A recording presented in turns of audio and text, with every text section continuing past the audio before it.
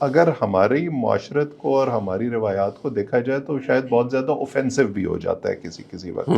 ہم اس کو اس طرح ٹرانسلیٹ کرتے ہیں حالانکہ اس معاشرے میں وہ بڑی نارمل سی بات ہے. ٹھیک ہے، دے آر ویری بلنٹ.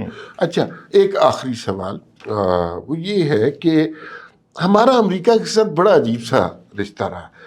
جانے کیوں ہم نا امریکہ کی طرف ہمیشہ سے بڑی ترسی نگاہوں سے دیکھتے ہیں، حالانکہ ہم بڑی خود مختار قوم کے طور پر ہمیں کبھی ہم بحری بیڑے کا انتظار کرنے لگ جاتے ہیں، کبھی افغان جہاد کے لیے امداد کا انتظار کرنے لگ جاتے ہیں، کبھی IMF کے لیے، ورلڈ بینک کے لیے کے حوالے سے تعاون کا، کبھی ویسے ہی امداد کے حوالے سے کہ امریکہ سے کوئی امداد آئے گی. تو اس دفعہ بھی لوگ اسی طرح کی توقعات کہ امریکہ سے تعلقات کا مطلب یہ ہے کہ ڈالر آئیں گے. تو ڈالر آئیں گے بھائی؟